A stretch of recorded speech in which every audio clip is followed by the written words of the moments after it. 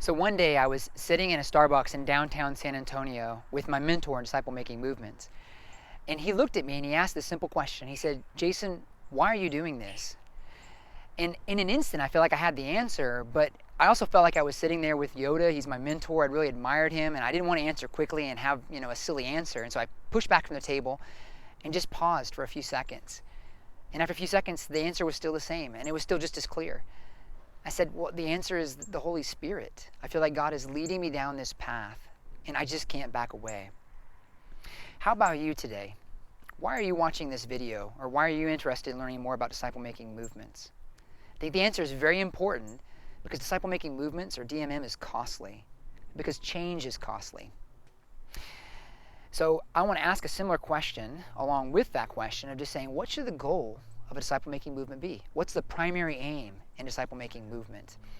And I want to suggest today that in a word, it's Jesus. It's God's glory.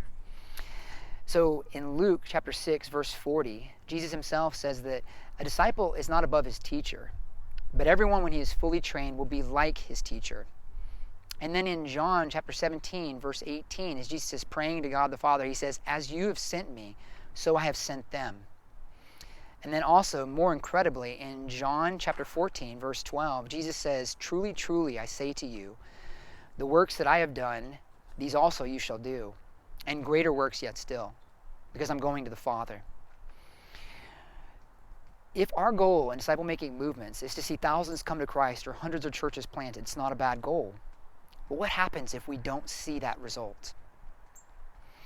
On the other hand, if our goal in pursuing disciple-making movements is to become more like Jesus, to become more like the Master, can we possibly fail in bringing God glory? So I just want to open the conversation with that thought. I want to invite you in the comments section of this video below. What is the goal of disciple-making movements? What do you feel like the primary aim should be? Or what are you aiming for in learning more about DMM? And feel free to leave some comments there. Be kind and fair to others who may have a different response than yours. But why are we doing this? What is it about? Why learn and why change the way that we approach following Jesus and helping others to do that? So thanks for watching today, friends. Please feel free to weigh in.